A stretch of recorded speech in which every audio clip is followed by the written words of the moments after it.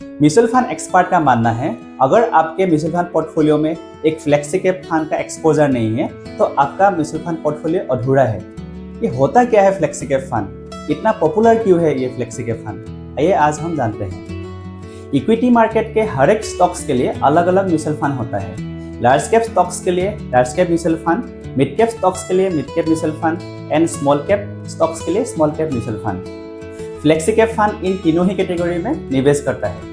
Flexi cap fund का एक खासियत ये है, फ्लेक्सी कैप फंड में फंड मैनेजर के पास कोई भी लिमिटेशन नहीं है।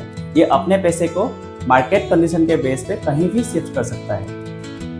इक्विटी मार्केट में जब जब कोई डाउनसाइड या क्रैश लाइक सिचुएशन होता है तब ये फंड अपने स्मॉल कैप या मिड कैप एलोकेशंस को कम करके लार्ज कैप के तरफ शिफ्ट हो जाता है अपने फंड के डाउनसाइड प्रोटेक्शन के लिए। अब जब भी कोई भी बुल रन आता है स्मॉल कैप या मिड कैप कैटेगरीज में तो ये लार्ज कैप एलोकेशन को कम करके स्मॉल कैप या मिड कैप स्टॉक्स में शिफ्ट कर देते हैं इस बुल रन का फायदा उठाने के लिए। सो फ्लेक्सी कैप फंड में हमें स्टेबिलिटी के साथ साथ ग्रोथ यानी दोनों का ही एक बैलेंस देखने को मिलता है।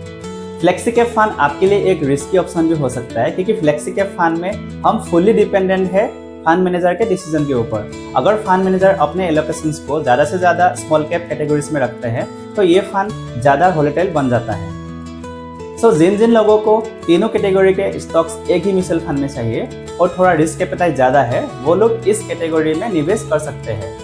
इन्वेस्टमेंट होराइजन मिनिमम 5 साल या 5 साल से ज़्यादा होना चाहिए। निवेश करने से पहले इस म्यूचुअल फंड का पास रिकॉर्ड और इन्वेस्टमेंट स्टाइल जरूर चेक कीजिए।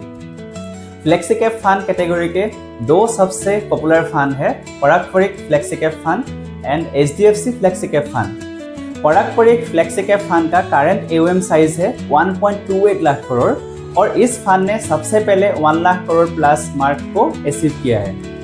पराग flexi cap fund Indian stocks के अलावा इंटरनेशनल स्टॉक्स यानी US स्टॉक्स में भी निवेश करता है।